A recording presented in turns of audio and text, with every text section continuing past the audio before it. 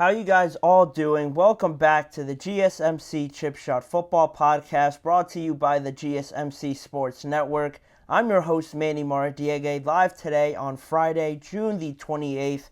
I got a great show planned for you guys today, as you all know, talking about some more stories around the NFL, starting with a recent report inclining that CeeDee Lamb is more expected to hold out into training camp than originally thought. There were those contract negotiations going on. Nobody really knew if he was going to hold out now. It seems to be that he will be holding out into training camp set to start in a few weeks.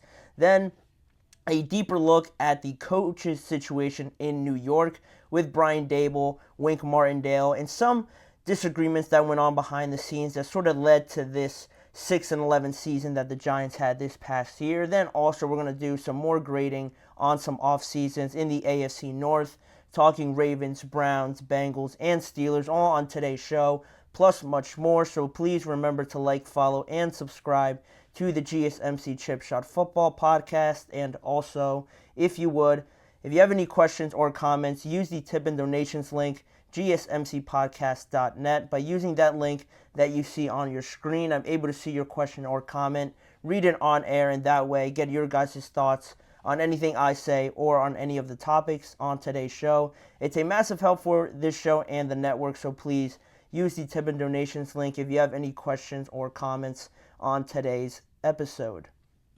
But we're going to get started with the first topic on today's show is CeeDee Lamb. Some more talk about the Dallas Cowboys. Recently, we discussed how Dallas, according to all other sources around the Dallas Cowboys, indicated that Dak Prescott was the priority at this moment. They valued Dak to be first on their list of all the contract negotiations, or really the big three that they have to get done in the next few years: Dak, CeeDee, and Micah. Micah, you have more time, probably until 2026, but with Dak being on the last year, CeeDee also being in his fifth year as well with that fifth-year option, the indications that we received from these sources were that Dak was a priority, and that seems logical, right? He is the quarterback.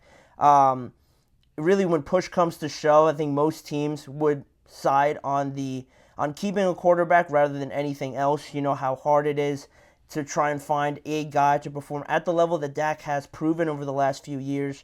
You can see their point of view as to why they are the priority, but with that comes some consequences, obviously. And then talking about CeeDee Lamb, now you have a new report, according to the Dallas Morning News. A reporter, Calvin Watkins, reported that Lamb is not expected to show up to training camp unless he's got an extension agreed upon with the Dallas Cowboys. He has already been skipping out all the offseason programs thus far, OTAs, mandatory minicamps, and just the strength and conditioning initial portion of the offseason. So this has been going on, and I guess to some it might not be a surprise if he's already skipped a good amount, basically all of the offseason to train by himself. This could be right along the path of what people expected, but CeeDee made some comments before saying that he expects to be in Dallas this year. He expects to be playing this year, so some people held out some hope that he could be playing, at least back into training camp, with how pivotal it seems to be this season, with Jerry Jones saying they're going all in. Dak could be his last year as well, and it's just always a big year for the Cowboys, trying to finally get over the hump. He's supposed to make some big money. He already proved it last year. And now they're heading into a pivotal year this year where we don't really know where any of these guys stand. And along those lines of missing training camp, as it is projected that he will be, that comes along with also some more consequences if you're CeeDee Lamb. The fines, he was already fined for missing mandatory minicamp, but that wasn't too much. I think it was close to, well, I say too much. It all comes into perspective, right? Not too much for these guys, obviously, but it was close to almost $100,000 in fines. But for missing training camp, every day you miss training camp, it's a $50,000 fine for each day you missed. But there's a little loophole in here for CeeDee Lamb. Thinking back to the contract negotiations with Nick Bosa last year when he held out, he was also subject to these fines, but the 49ers waived them. And according to the new CBA that just was recently agreed upon in 2020, teams are not allowed to waive fines at all, but there's an exemption that exists in the CBA currently for players on rookie contracts. That is where obviously CeeDee Lamb falls in, still being on that 5th-year option. So they do have that option to waive him if they truly feel that an extension could get done.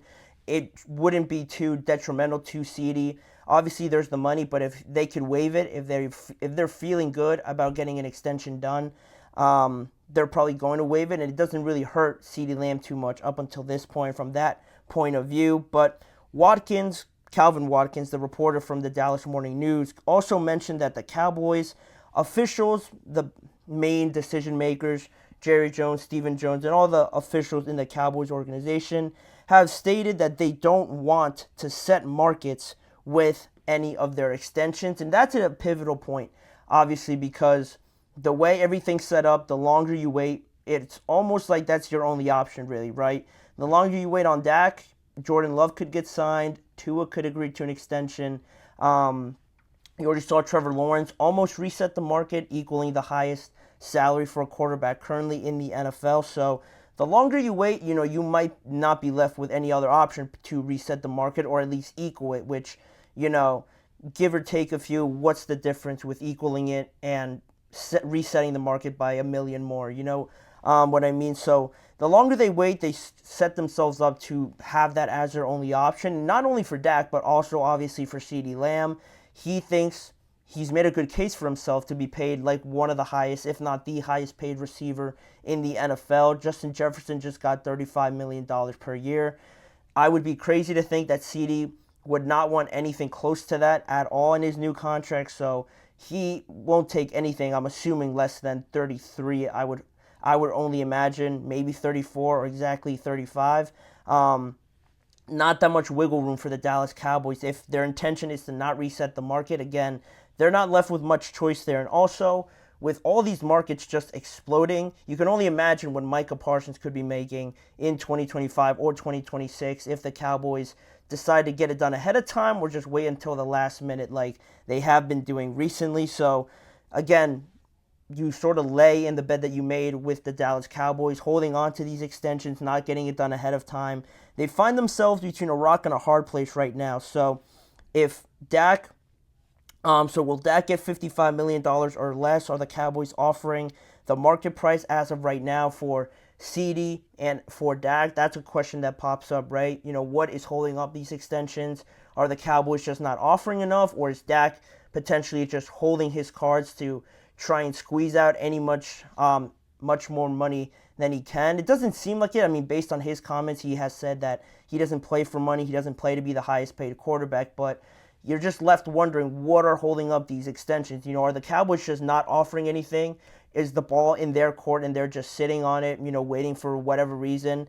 All these things should start to pop into your head of why is it taking so long? And back to the original point I made to start this segment with Dallas holding Dak as that priority, and you can sort of understand if Dak is sitting on his hands and not really being too urgent to try and get a contract negotiation done because he could squeeze out more of a higher salary, $57, maybe $56 million if he waits until Tua or Jordan Love get their new contracts. So if he's doing that and he remains the priority, it almost just pushes CeeDee Lamb away and excludes him a little bit, because if you're so dead on making Dak the priority, or he is the priority, and you don't want to change that at all, then where does that leave CeeDee? What kind of message does that send to CeeDee Lamb if you're valuing Dak so much more than him and making him the priority right now that you won't negotiate with CeeDee or try to get something done with him?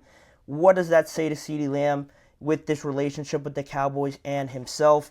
Doesn't send a great message. So to me, at this point, if Dak still remains a priority and CeeDee is sort of pushing the buttons a little bit more than Dak is at this moment, and the inclination is that he will sit out, he will hold out of training camp, I think the Dallas Cowboys have to surrender a little bit here and maybe I would make CeeDee the priority right now, just because I think, again, I said this before, I mentioned this point before, if Dak wasn't the quarterback, I don't think he would be the priority, in my opinion, just on how he's performed in some of the biggest moments. I think CeeDee has done more and proven more for what he has been given for what he is, a wide receiver. Wide receivers can only do so much. It all falls on the quarterback, and most of the time at least. And with Dak, I think you've almost reached the limit here with Dallas Cowboys and this relationship with Dak. For right now, if Dak is still sitting on it and they're still waiting on it and pushing CeeDee's contract back so much further, I think you almost have to switch it here and now turn your attention to making CeeDee the priority just because he is holding out. And you don't want this thing to just continue to drag on because somebody has to get an extension.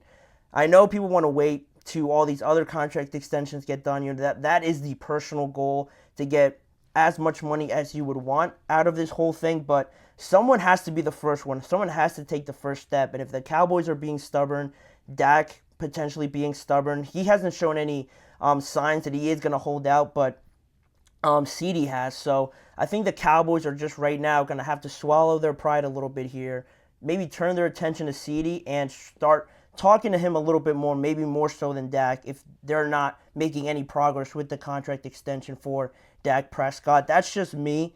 I might value CeeDee a little too high compared to some other people, but I think he's proven he is worth over $32 million, over 31. That is the market, and you don't take many receivers better, or many receivers ahead of CeeDee Lamb, I should have said, in this day and age. Amon-Ra's up there. Justin Jefferson definitely is one that you would certainly take over him, but other than that, there's not too many. You can make an argument, I guess, for A.J. Brown, but he's making $32 million, so that's at least where CeeDee Lamb probably values himself at right now. I think you have a clearer picture right now with CeeDee, and he is inclined to hold out right now, so if you start talking to him now, maybe you can get something done before training camp if those allegations, these speculations turn out to be true. That's just me. Dak seems to want to be at training camp. It doesn't seem like he's going to hold out, so you're not really losing anything there, I believe, just on what we've seen. But tricky situation for the Cowboys. Every day that passes by just turns out to be worse. The longer they wait, the worse the situation gets, the more expensive it gets for the Cowboys. But we'll see how this all turns out. Could be the last season for both of these players. Could be the last season for only one of them. We shall see. A lot is building towards this 2024 season, not just for the Cowboys, but for other teams. We're going to go to a quick break and mentioning the Cowboys and all those other teams around them in their division. We're going to take a look at the New York Giants when we return, talking on the coaches' side of things with them, the disgruntled relationship between Wink Martindale and New York Giants head coach Brian Daboll. How did that all collapse during last year in 2024, and what were the reasons behind it? What was being said behind the scenes? We're going to take a deeper look into that when we return. You're listening to the GSMC Chip Shot Football Podcast.